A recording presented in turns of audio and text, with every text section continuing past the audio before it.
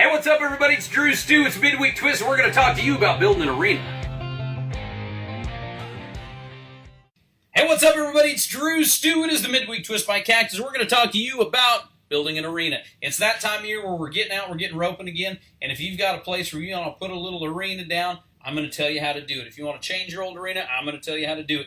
Do I have any experience in this? Well, it just so happens my father is in the dirt working business, and over the course of growing up, we built a lot of arenas out there, and then with the announcing and producing ropings over the last 15 years, we've seen every kind of setup in an arena, so I think I can lend you a little bit of tools if you want to go out there and build an arena of your own.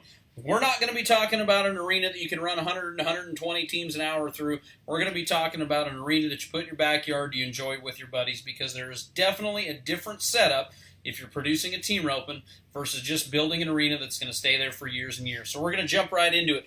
What are the dimensions of an arena? If you have got 300 by 150, that is what you need to build the perfect arena at your house.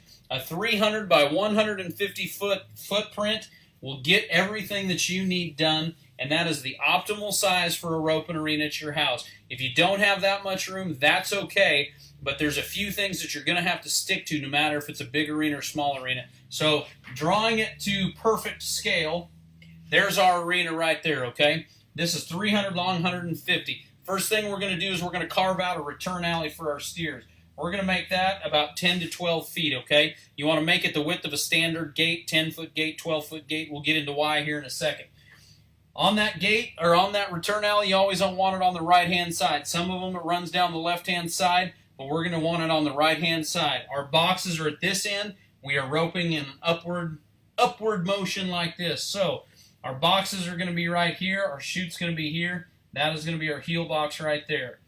So one of the most important things is you want to build your heeling box 30 feet off of the inside fence. That means this distance right here from your inside, not the outside, inside has got to be 30 feet to the side of the heel box. It can be a little bit more, but you don't want it any less than that. And that allows a heeler to get out and around one and put a good haze or keep the cattle running straight. So first things first, our boxes are going to be 30 feet off before a heel box. Then we're going to put a 12-foot box in there. That box is going to be 12 feet wide, and then that's going to bump us right into our chute, and then we're going to have another 12 feet, and then it's going to be our head box. So both boxes are going to be 12 feet wide, starting 30 feet off of that right fence, okay? Now on this right fence back here, we're going to have a corner post down here, and we're going to 45 this down, and that's going to go down to our lead up. See our lead up right here for our steers. Right here is going to be a gate that can swing here, it can swing here, or it can swing flush all the way open. Gives you 3 settings for that gate. That's a very important gate right there. So it's going to be open flush, it's going to close here, and it'll have a big pin for your steers, and then it'll close right behind it. You want to put a little man gate right here so you can walk through as well. Your lead up's going to be about 18 to 24 inches wide. You can make it narrower at the bottom if you're going to be roping a bunch of calves. Steers, if it's 8 inches wide down at the bottom, that's plenty for their feet, going up to about an 18-inch lead up so they can't turn around, or you can just make it straight down and 18 inches will work. One little trick on these lead ups back here is offsetting your posts. Don't have them just like this where your posts are straight next to each other, because the steer will go through and he'll hook his horns on it if you're roping big horn cattle. If you offset those posts a little bit, he'll hit this one and be able to turn his head, then he'll be able to hit this one and turn his head. So on your bigger horned cattle, if you offset those posts on the left side and right side of the lead ups down here, that'll allow them to turn their head and get through. So another thing is you want to 45 it and then 45 it up to your chute. You don't just want to have a 90-degree back there. It's very important because cattle, when they see 90 degrees, it just looks like a fence is in front of them. So your fresh steers aren't going to want to walk up to it because it looks like a fence is in front of them. If you 45 it, they can still kind of see the tunnel, and it doesn't make those bigger steers have to bend a corner right there. So you go up, and that goes to your chute. How deep do you want your boxes? I want you to build boxes that you can make shallower or deeper. How do you do that? You do that by setting this right side rail of your heel box and this left side rail of your head box where the butt rail can actually slide forward and backwards on it. Do that with a bigger size tee. Make your butt rails out of about 8 or 10 inch pipe. and make it where you can move this. This is cemented in, but that butt rail you can slide forward and backwards. If you're going to make a static box, make it 18 feet deep. Don't make it any shallower than 16. Make it 18 feet deep, and your depth is from the pin or the hinge on your gate. If you don't have a pin, you wonder where it is, just do it to where your chute hinges open and the steer goes. You do it right there. It's to the pin is where the actual measurement is, and that's on a rope barrier where it goes across. So you want that from the back of the box to that pin or to the hinge on your chute to be about 18 feet.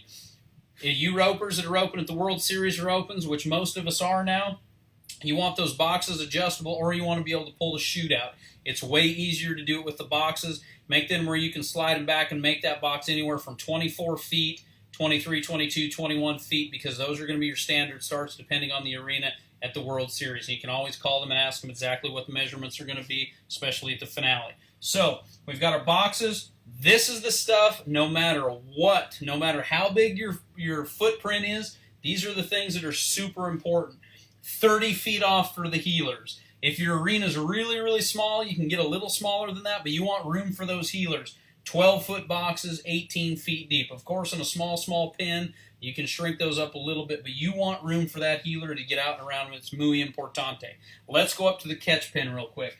On your catch pin, you want your cattle to be facing this direction. You want to be facing to the right. So that means that your catch pin gate that's in the arena is going to be winging out to the left. You don't want it that far over. You want it about even with the chute or even with that heel box. You don't want it over here to the left because we don't want our steers running down the arena to the left, and we don't want it down here in this corner because we don't want our steers running down to the right corner. A lot of people think, oh, we want them to run to that right corner. No, you don't. That's a heeler's nightmare, and headers, it's hard for you because it puts your horse in the right lead all the time.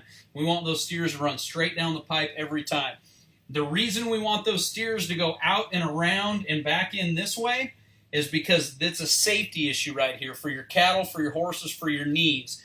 This gate right here will be on a hinge right there so that you can swing it shut if you put something in your arena. You want to be able to swing it shut, and if you're working on something or a guy runs down there and he's fishing it on, and finally dallies at the end, and he bounces a steer off that panel right there, that gate's going to close. It's not going to trap him. If this gate, if your catch pin is going the other way and that gate's out like that, that same guy fishes it on there and dallies and doesn't pay attention, he's going to break that steer in half right on that gate. So we don't want that. We want, and same thing goes with the horse. He ducks and there's that gate, and it doesn't have any give when it's at this angle. But if it's at this other angle, it'll close. So muy importante on your catch pin. Another thing, we're roping to enjoy it. We're roping to have a good time.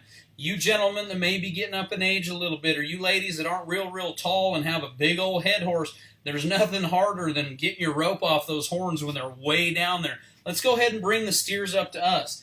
Down here at this catch pin, go ahead and put you a raise about 2 feet, 18 inches or so.